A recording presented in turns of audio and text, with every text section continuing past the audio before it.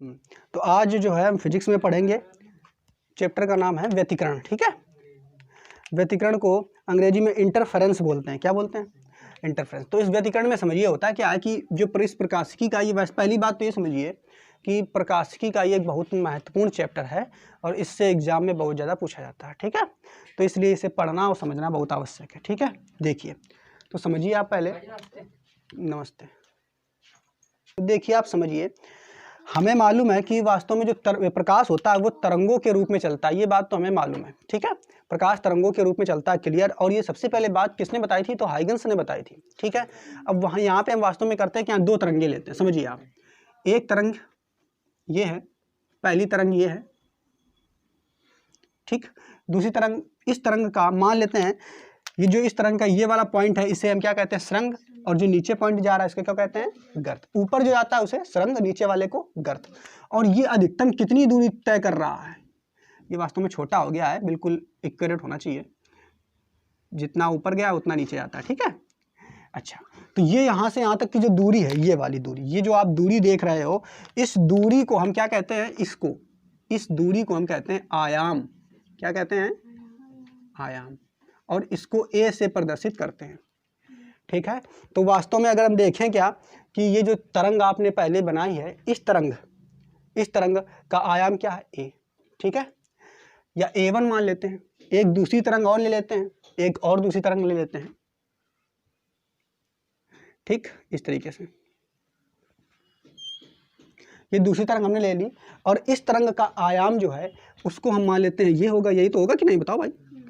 अरे भाई, आयाम क्या होता है? कितना अधिकतम ऊपर गया, इसी को आयाम कहते हैं। यही आयाम है ये वाला। ठीक है, तो इसको हम मान लेते हैं, इसका आयाम जो दूसरी तरंग का है इसका आयाम मान लेते हैं A2। पहले वाली तरंग का आयाम A1 और दूसरे वाले तरंग का आयाम A2। अब आप समझिए ध्यान से, अगर ये दो तरंगे एक साथ उत्पन्न हो जाएं, ठीक, किसी माध्यम में दो तरंगे एक साथ उत्पन्न हो जाएं और फिर जब ये एक साथ चलेंगी उसी माध्यम में, तो क्या करेंगी? एक दूसरे से मिलेंगी। बताओ मिलेगी कि नहीं? क्लियर है ना?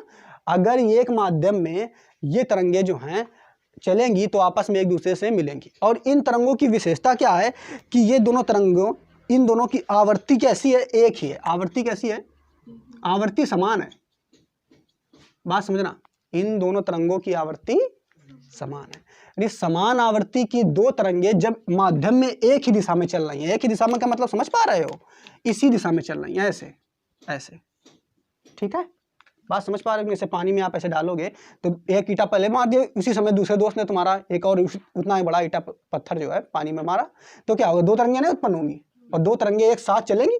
तो वही आप समझ सकते हो, एक ये पहली तरंग और दूसरी तरंग एक ही माध्यम में समान आवृत्ति की हैं और चल रही हैं, एक ही दिशा में चल रही हैं। तो होगा क्या? इन दोनों तरंगों के अध्यारोपण से, अध्यारोपण का मतलब समझना, इन दोनों तरंगों के अध्यारोपण, अध्यारोपण ये वर्ड आया है, अध्यारोपण।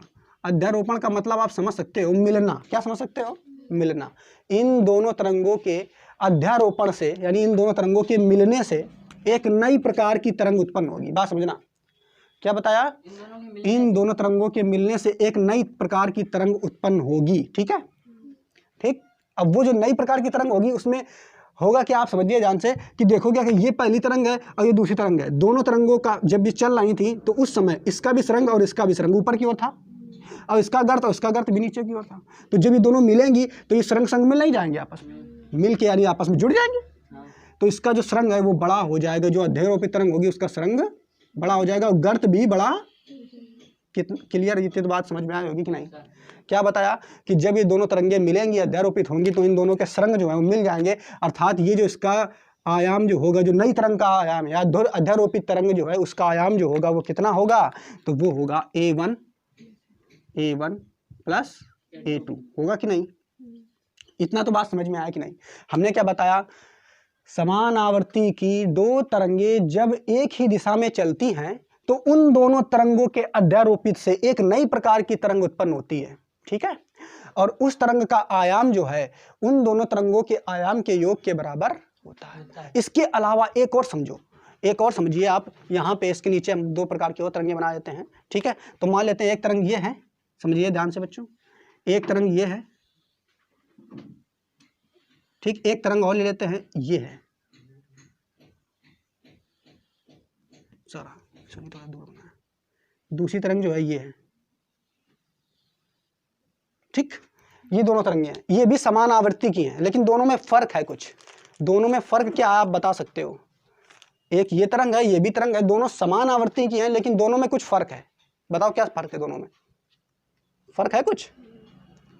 क्या फर्क है कि इसका सरंग ऊपर है और इसका सरंग नीचे है। सरंग इसका देखो, इसका सरंग ये ऊपर है, सरंग तो ऊपर ही रहेगा, लेकिन पहले आ रहा है, और इसका जो सरंग है वो बाद में आ रहा है, देख रहे हो ना? तो यहाँ पे इसके मान लेते हैं, इसका आयाम जो है A1, इसका भी आयाम कितना है? A1, और इसका आयाम जो है A2।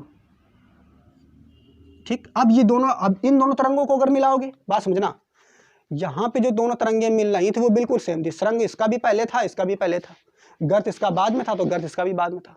तो इन दोनों के अध्यारोपण से जो नई तरंग बनी है उसका सरंग क्या होगा? A1 plus A2। यहाँ पे आप क्या देख रहे हो? दोनों तरंगे समान आवृत्ति की हैं, एक ही दिशा में चल रही, आवृत्ति समान है बेटा, ठीक है?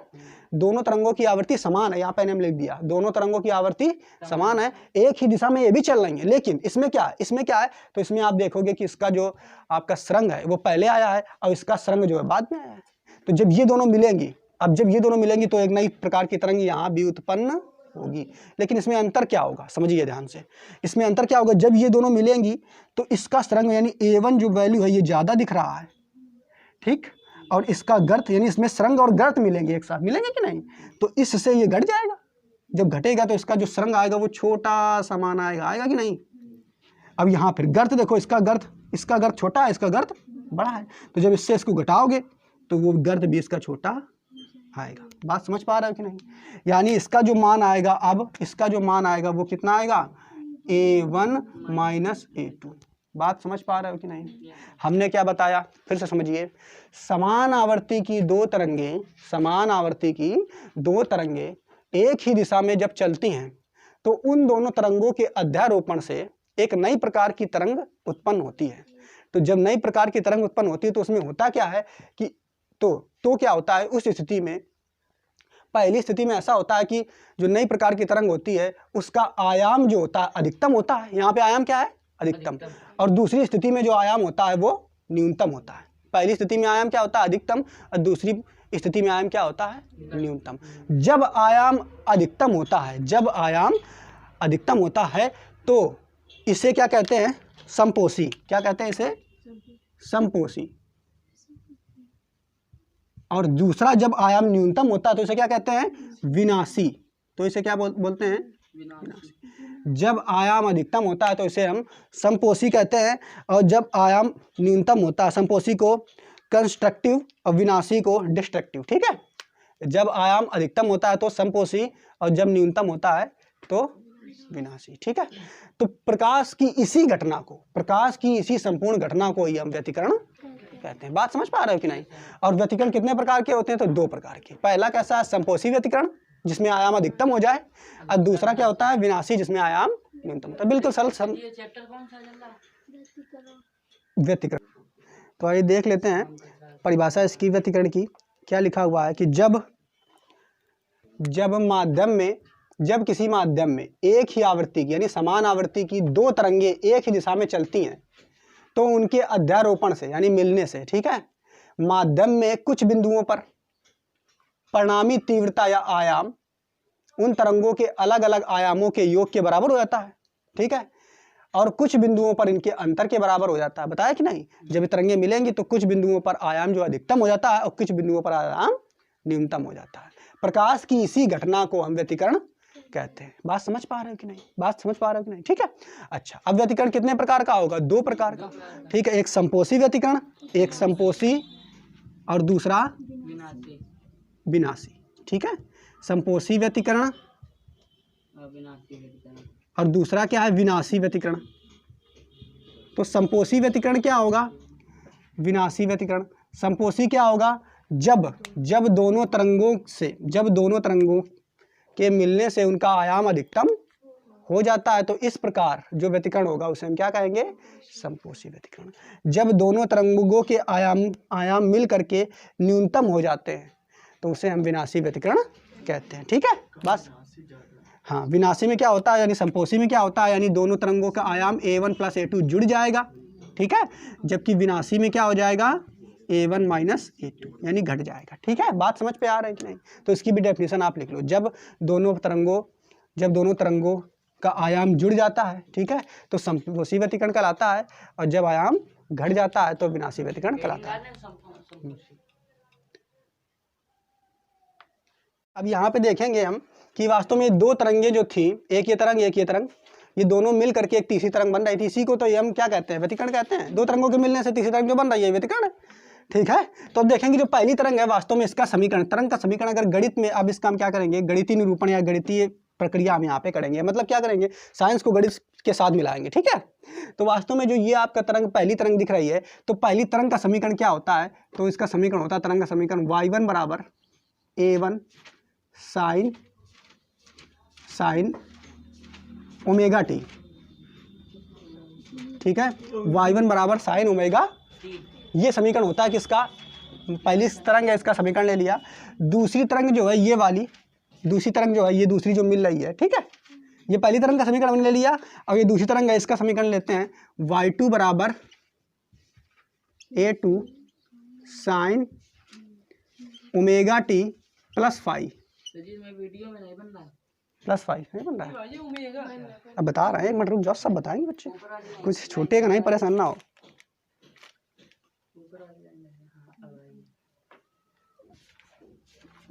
तो देखो ये y1 बराबर हमने क्या बताया, a1 साइन ओमेगा टी, ठीक है, और y2 बराबर a2 sine omega t plus 5। देखो आप समझ लो, पहले सबसे पहले यहाँ पे आप देखोगे कि a1 क्या है, तो a1 देख रहे हो जो तरंग आपकी थी इसका आयाम था, साइन तो आप जान ही चुके हो, ठीक है, वो तो साइन हो रहा है।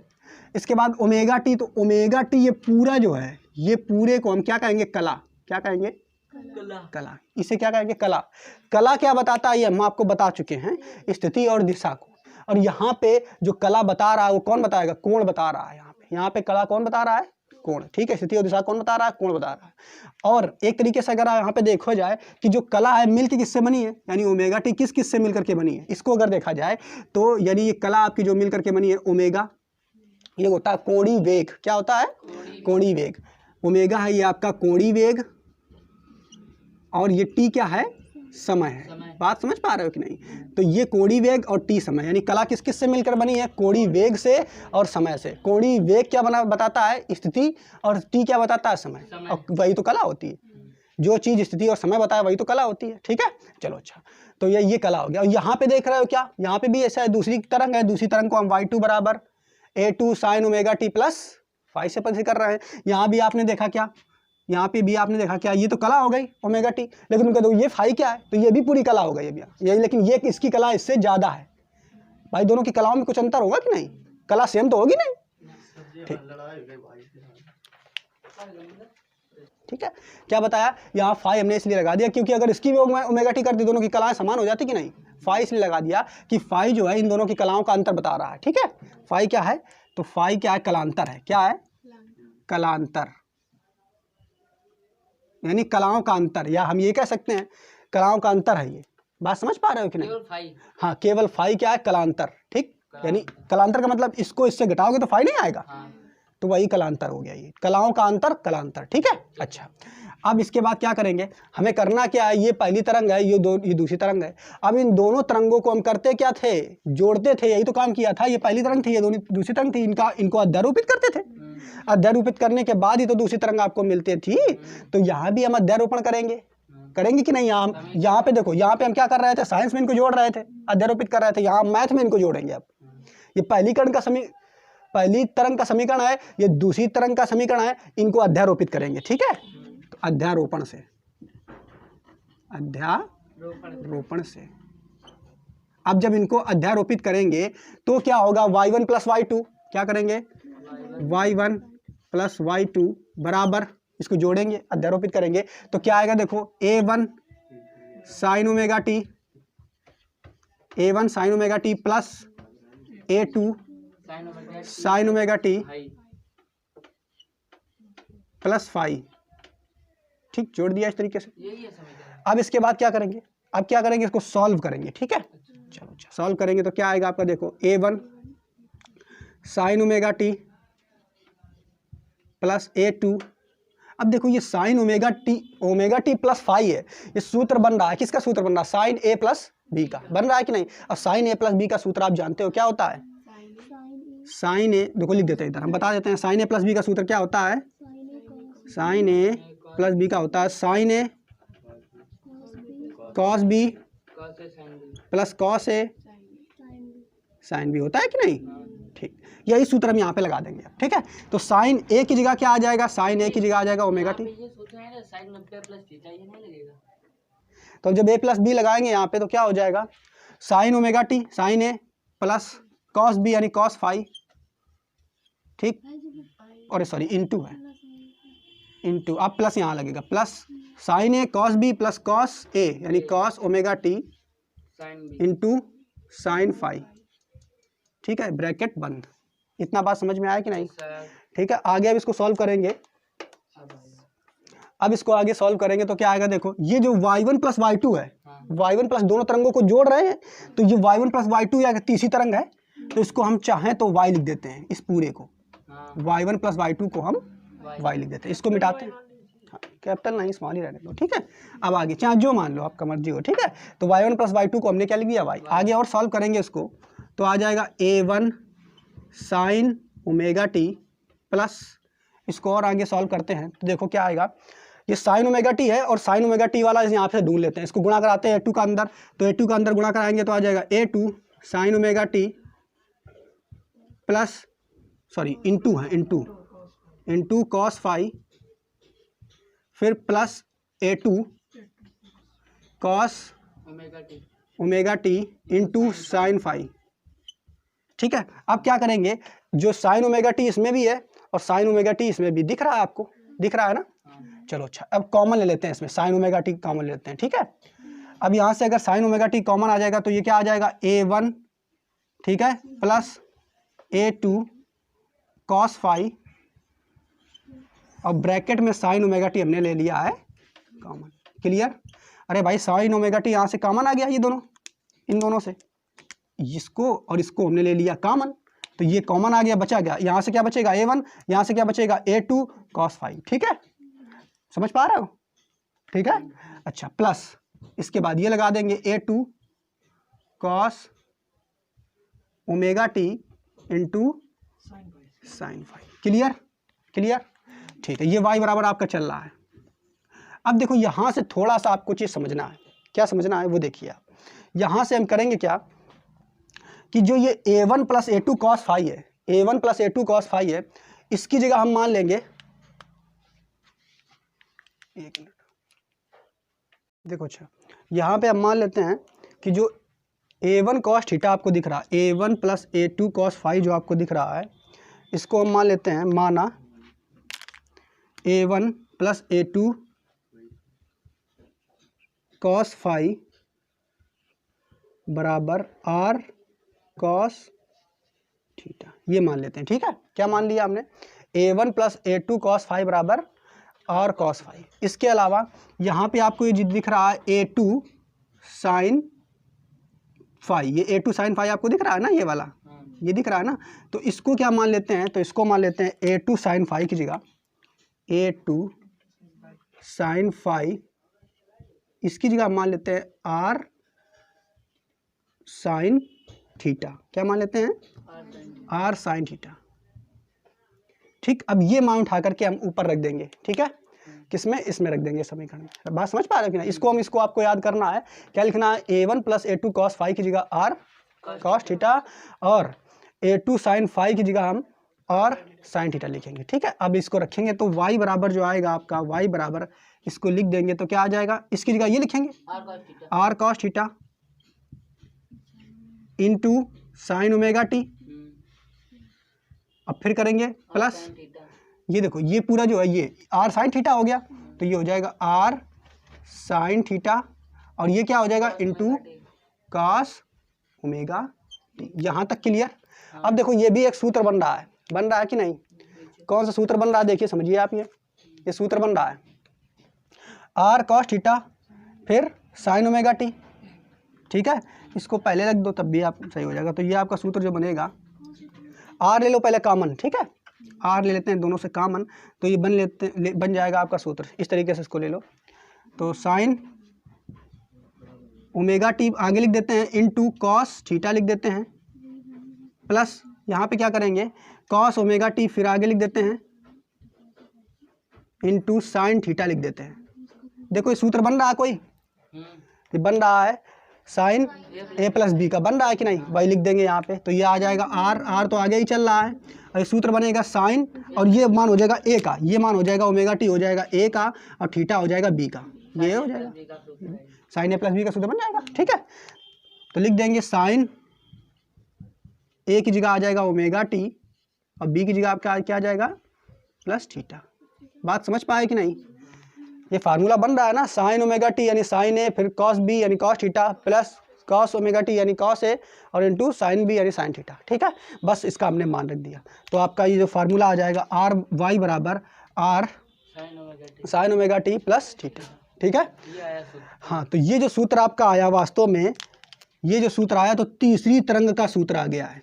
तीसरी यानी परिणामी तरंग जो आप देख रहे हो ना, ये वाली, इस तरंग का सूत्र ये आ गया है। और ये पहला वाला जो तरंग था इसको हमने माना था y1 बराबर ये, y2 बराबर ये पहली दूसरी का था। और ये जो तरंग का समीकरण निकल के आया है ये कौन सी तरंग का है, तो ये परिणामी तरंग का समीकरण है। किसका है, परिणामी तरंग का। ठीक है, किसका है ये, परिणामी तरंग का। समझ में आ गया होगा। पहली तरंग का समीकरण y बराबर a1 साइन ओमेगा टी, दूसरी तरंग का समीकरण y2 बराबर a2 sine omega t plus phi. ठीक है, तो ये दोनों समीकरण हो गए। इन दोनों समीकरणों को हम जोड़ेंगे, अध्यारोपित करेंगे, यानी इनको जोड़ेंगे। तो लेफ्ट लेफ्ट वाला, राइट राइट वाला जोड़ दिया, इनको जोड़ दिया, y1 प्लस y2 उधर वाला जोड़ेंगे तो ये ऐसा आ जाएगा। ठीक है, जोड़ने के बाद इसको सॉल्व करते जाएंगे, और यहाँ पर जब आएंगे तो हमें इतना ये मान लेना, ये बस आपको याद करके रखना है क्यों माना है। ठीक है, हाँ, इसको आपको याद रखना है a1 plus a2 cos phi बराबर आपको याद रखना है r कॉस थीटा, और a2 साइन फाई बराबर याद रखना है r साइन थीटा। ये मान उठा करके समीकरण में रखेंगे, सॉल्व करेंगे तो y बराबर r sine omega t plus phi, sorry plus theta आपको समीकरण ये मिल जाएगा। पहले ये बना ले, ये चित्र जो है। आगे देखो, यहाँ पे हमें क्या मिल गया है कि जो परिणामी तरंग थी, ठीक है, उस परिणामी तरंग का समीकरण जो है वो हमें मिल गया है। ठीक है, और वास्तव में y बराबर r sine omega t plus theta ये समीकरण हमें परिणामी तरंग का मिल गया। लेकिन r क्या है, तो यहाँ पे परिणामी तरंग का ये आयाम है। क्या है, आयाम, ये परिणामी तरंग का आयाम है। जैसे r जो है ये क्या है, परिणामी तरंग का आयाम है। ठीक है, यहाँ पे देखो परिणामी तरंग का आयाम a1 a2, किसको, ठीक है, क्यों, यहाँ पे ये क्या है, परिणामी तरंग का आयाम है। और ये a1 और a2 जो था ये किसका आयाम था, तो a1 ये प्रथम तरंग का आयाम था, ये दूसरी तरंग का आयाम था। एक चीज और आप समझिए, ये परिणामी जो बनी थी इस तरफ, हाँ, ये परिणामी जो इस तरफ बनी थी उस तरंग का आयाम है। एक चीज और आप समझिए कि यहाँ पे हमने आपको बताया था कि जो परिणामी तरंग है, वास्तव में परिणामी तरंग का आयाम जो है वो a1 प्लस a2 के बराबर होता है, लगभग योग के बराबर होता है, लेकिन क्लियर एग्जैक्ट नहीं कि एकदम उसी के योग के बराबर हो। तो यहाँ से हम क्या करेंगे, r का मान यानी आयाम का मान हम निकालेंगे। ठीक है, आयाम का मान निकालने के लिए देखो, इसको समीकरण नंबर हम 1 मान लेते हैं, इसको समीकरण नंबर हम 1 मान लेते हैं, और इसको समीकरण नंबर हम 2 मान लेते हैं। ठीक, क्या किया, इसको समीकरण नंबर 1 और इसको समीकरण नंबर 2। अब लिखेंगे क्या, क्या करेंगे आप देखिए, समीकरण 1 व 2, 1 व 2 का वर्ग करके जोड़ने पर क्या करेंगे, इसका वर्ग करेंगे और उसका भी वर्ग करके जोड़ देंगे। ठीक है, का वर्ग करके जोड़ने पर, क्लियर। अब वर्ग करके हम जोड़ेंगे तो देखो ये वाला समीकरण पहला वाला, इसका वर्ग करेंगे तो क्या आएगा, a1 plus a2 cos phi. क्या आएगा, a1 plus a2 cos phi. क्या आएगा, a1 plus a2 cos phi. ठीक है, इसका वर्ग करेंगे यानी इसका स्क्वायर कर दिया। ठीक है, समझना, एक चीज समझना, अब जब जोड़ेंगे तो हमें तो ये मालूम है ये पहले समीकरण का लेफ्ट हैंड साइड है और ये पहले समीकरण का राइट हैंड साइड है, ये दूसरे समीकरण का लेफ्ट हैंड साइड है और ये दूसरे समीकरण का राइट हैंड साइड। जब इन दोनों को जोड़ते हैं तो क्या होता है, लेफ्ट लेफ्ट जुड़ता है और राइट राइट जुड़ता है। ये तो क्लियर है ना सभी को। तो इसका लेफ्ट का हमने वर्ग कर दिया पहले समीकरण का, तो ये आ गया। अब इसका हमें लेफ्ट का इसको भी जोड़ना है ना, तो लेफ्ट लेफ्ट जुड़ेगा, तो प्लस इसको जोड़ेंगे a2 sine phi, a2 sine phi का होल स्क्वायर। क्लियर, बराबर। अब राइट राइट जोड़ेंगे तो ये हो जाएगा r कॉस थीटा का square plus R sine theta का होल स्क्वायर। क्लियर। अब जोड़ेंगे, इसको सॉल्व करेंगे। तो इसको सॉल्व करोगे जब आप, तो क्या आएगा देखिए, हाँ इसमें a प्लस बी का होल स्क्वायर का सूत्र लगेगा। तो ये आ जाएगा a1 स्क्वायर, ये आ जाएगा a2, ठीक है, स्क्वायर, और हो जाएगा कॉस स्क्वायर फाई, ठीक है, प्लस 2a1 a2 और कॉस फाई आ जाएगा कि नहीं। इसको भी करेंगे तो ये क्या आ जाएगा, प्लस a2 का स्क्वायर और साइन स्क्वायर फाई आएगा कि नहीं। ठीक है, उधर करेंगे उस तरफ, तो यहाँ से देखो क्या आ जाएगा, आर आर दोनों में है, आर आर दोनों में है, आर ले लेंगे बाहर तो ये हो जाएगा आर स्क्वायर आ गया बाहर, अंदर क्या बचेगा, कॉस स्क्वायर थीटा ये बचेगा प्लस साइन स्क्वायर थीटा बचेगा कि नहीं। क्लियर। अच्छा, अब देखो यहाँ पे कुछ आपको कॉमन मिल रहा है, कुछ कॉमन मिल रहा है, तो देख क्या रहे हो, a2 ये वाला देख रहे हो, a2 कॉस फाई, a2 का स्क्वायर और कॉस स्क्वायर फाई। यहाँ भी आप क्या देख रहे हो, a2 का स्क्वायर और साइन स्क्वायर फाई। ठीक है, इन दोनों को एक साथ कर लेते हैं। क्यों कर लेते हैं, क्योंकि यहाँ पे साइन स्क्वायर फाई और कॉस स्क्वायर फाई बन जाएगा ना। चलो अच्छा देखो इधर, यहाँ पे हमने क्या किया, ये आ जाएगा a1 स्क्वायर, ये वाला उठा के पद इधर लाएंगे, plus 2a1 a2 cos phi, ठीक है, और फिर प्लस यहाँ दोनों से हमने a2 ले लिया बाहर कॉमन, a2 का स्क्वायर कॉमन ले लिया, अंदर क्या बचेगा, sine square phi plus cos square phi, ठीक है, इक्वल। अब इक्वल क्या हो जाएगा, इसका मान तो ये हो जाएगा आर स्क्वायर, इसका मान होता है 1 के बराबर, तो इंटू 1 हो जाएगा कि नहीं। ठीक है, इसके बाद देखो अब क्या करेंगे आगे, ये आ जाएगा a1 स्क्वायर प्लस ये हो जाएगा 2a1 a2 cos phi plus इसमें ये भी 1 के बराबर हो जाएगा कि नहीं, ये भी 1 हो जाएगा, तो हो जाएगा a2 स्क्वायर और ये हो जाएगा r, हो जाएगा सॉरी r स्क्वायर। अब r का मान अगर निकालेंगे यहाँ से तो क्या निकल के आएगा, तो r बराबर अगर आप निकालोगे तो r बराबर हो जाएगा a1 स्क्वायर, ये फिर a2 square plus 2a1 a2 और कॉस फाई।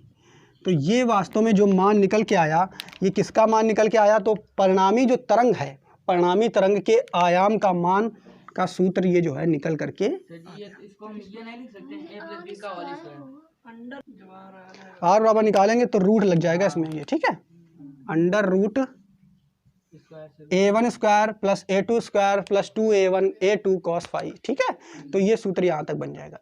ये जो फाई आपको दिख रहा है ये क्या है, इसी का नाम हमने दिया है कलांतर, बताया था कि नहीं, ये जो है ये कलांतर है। एक चीज आप समझो, ये कलांतर यानी फाई का मान, इसका मान जितना ज्यादा होगा आर का मान उतना ज्यादा होगा, इसका मान जितना कम होगा आर का मान उतना कम होगा। ये क्या कॉस फाई है, तो कॉस फाई यानी कॉस थीटा, ये समझ सकते हो, कॉस फाई यानी फाई का मान जितना ज्यादा, ठीक है, उतना ही आर का मान ज्यादा। अब भाई आर का मान ज्यादा होगा तभी तो तरंग के लिए जो आपकी तरंग होगी वो संपोषी या विनाशी वाली मिलेगी। बात नहीं समझ पा रहे हो, तो यहाँ पे अगर आप फाई देखोगे तो फाई आपका क्या है, कलांतर, और यहाँ पे कॉस का जो मान होता है अधिकतम कितना होता है बताओ, कॉस का अधिकतम मान कितना होता है बताओ, अधिकतम और न्यूनतम, कॉस का अधिकतम और न्यूनतम मान कितना होता है, कॉस का पढ़ते हो तो अधिकतम मान जो होता है -1 और सॉरी अधिकतम मान +1 और न्यूनतम मान कितना होता है, बात नहीं समझ पा रहे हो, कॉस में अधिकतम मान जो होता है वो कितना होता है, +1 और न्यूनतम, जब कॉस का अधिकतम मान होगा, बात समझना, जब कॉस का अधिकतम मान कितना होता है 1 और न्यूनतम मान -1, यानी कॉस का अधिकतम मान जो होता है, जब अधिकतम मान होगा तो व्यतिकरण कौन सा उत्पन्न होगा, अधिकतम मान उत्पन्न होगा तो संपोषी, ठीक है, और जब कॉस का न्यूनतम मान उत्पन्न होगा तो वो विनाशी व्यतिकरण होगा, कौन सा होगा, विनाशी। ठीक है, अच्छा ये तो ठीक। अब यहाँ पे आप समझिए, तो एक जो cos 0 का मान होता है वो 1 होता है, cos 0 का मान 1 होता है, तो cos 0 के लिए यानी पहले तो आ जाएगा 0, समझना यहाँ पे, यानी थीटा बराबर कितना मान लिया जाए तो cos 0 का मान 1 होता है, उसके बाद cos 2 पाई का मान 1 होगा, ठीक है, cos 4 पाई का मान 1 होगा, cos 6 पाई का मान, सॉरी हाँ ठीक है, कॉस 0 का मान 1 होगा, कॉस 2 पाई का मान 1 होगा, कॉस 6 पाई डॉट डॉट ऐसे करते चले जाओगे तो कॉस 2n पाई का मान जो होगा वो क्या होगा, 1 होगा। बात नहीं समझ पाए। यहाँ आप देख क्या रहे हो कि पाई के साथ अगर सम संख्या का गुणा हो रहा है तो जो कॉस का मान आएगा वो 1 निकल के आएगा, यानी अधिकतम मान निकल करके आएगा। और तो व्यतिकरण जो बनेगा वो कौन सा बनेगा, समपोषी बनेगा। तो ठीक है, बात समझ पा रहे हो कि नहीं। तो यहाँ पे सूत्र आप निकाल सकते हो। तो थीटा बराबर ये सूत्र निकालोगे तो 2n पाई निकल के आएगा। और n की जगह आप क्या वैल्यू रखो, तो n की जगह अगर आप क्या रखोगे, 0 रखोगे पहले, बात समझना, तो थीटा 0 निकलेगा। n की जगह वैल्यू क्या रखोगे, n बराबर अगर आप 0 रखोगे तो 0 आ जाएगा, n बराबर अगर 1 रखोगे तो क्या आ जाएगा, 2 पाई आ जाएगा, n बराबर अगर 2 रखोगे तो क्या आ जाएगा, 4 पाई आ जाएगा, n बराबर अगर 3 रखोगे तो क्या आ जाएगा, 6 पाई। ऐसे डॉट डॉट डॉट आप रख सकते हो कि नहीं। क्लियर, बात समझ पा रहे हो कि नहीं। ठीक है, तो यानी आपने देखा क्या कि यानी ये जो सूत्र निकल के आया है ये समपोषी व्यतिकरण के निकल के आया है। क्या निकल के आया, थीटा बराबर 2n पाई, और n का मान यहाँ पे आपको क्या रखना है, 0 1 2 3 4 5 कुछ भी आप रख सकते हो। बात समझ पाए। ठीक, अब अगर हम विनाशी वाले में देखते हैं तो हमें मालूम है विनाशी कब होगा, जब कॉस का मान न्यूनतम होगा। और कॉस का न्यूनतम मान कितना होता है, -1, न्यूनतम यही होता है। और कॉस थीटा कॉस 180 का मान होता है -1। तो ये दो तरीके से इसका मान निकलेगा। देखो कैसे, इसका देखो कैसे निकलेगा, ऐसे आप पहले समझ सकते हो।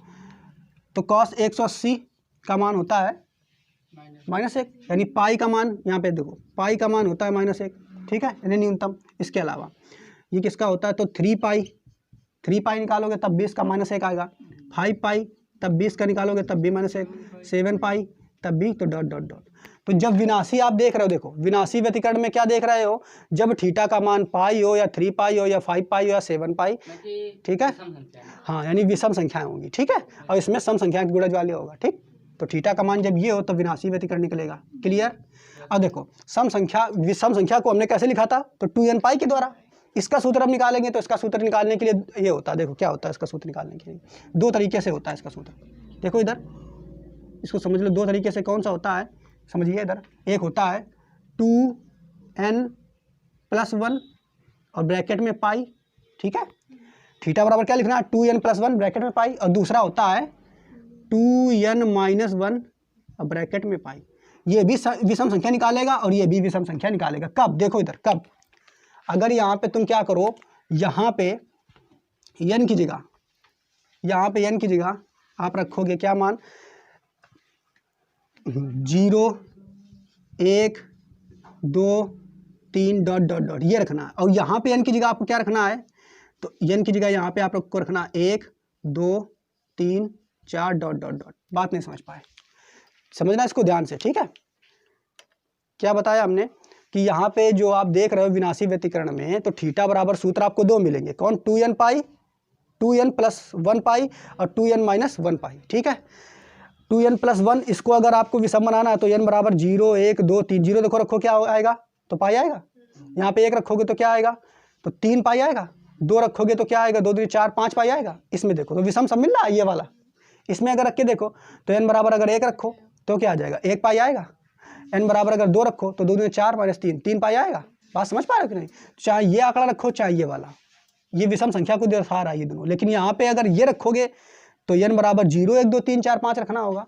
अगर इसको रखना है तो n बराबर 1 2 3 4 5 से शुरू करना होगा। ठीक है, तो इस तरीके से आपने देख क्या लिया कि यहाँ पे विनाशी व्यतिकरण के लिए जो थीटा का सूत्र होता है ये दो होते हैं ये, और समपोषी व्यतिकरण के लिए जो थीटा का सूत्र होता है वो केवल एक ही होता है, थीटा बराबर 2n पाई। और विनाशी व्यतिकरण के लिए थीटा बराबर 2n पाई प्लस 1 पाई। क्या, थीटा बराबर 2n+1 और पाई, और थीटा बराबर 2n-1 पाई। लेकिन यहाँ पे आपको n बराबर अलग अलग रखना है। ठीक है, बात समझ पाए। तो ये इस तरीके से आपका समपोषी और विनाशी व्यतिकरण के लिए सूत्र हो गया। ये जो सूत्र है मेन, ठीक है, ये वाला जो सूत्र है जो हमने आपको निगमन पढ़ाया, तो ये आपका जो समीकरण है, जो मेन समीकरण आई थी या परिणामी समीकरण आया था, जो तरंग थी उसका समीकरण है। और यहाँ से हमने आयाम का मान निकाला तो आयाम का सूत्र आ गया। आयाम में आपको विनाशी और समपोषी के लिए जो भी चाहिए उसके लिए थीटा निर्धारित करना होता है, कलांतर। ठीक है, तो कलांतर फाई का मान अधिकतम 1 होता है और न्यूनतम -1 होता है। उसका निर्धारण कैसे करना है वो भी आपको हमने बता दिया। अब इसको आप नोट कर लीजिए।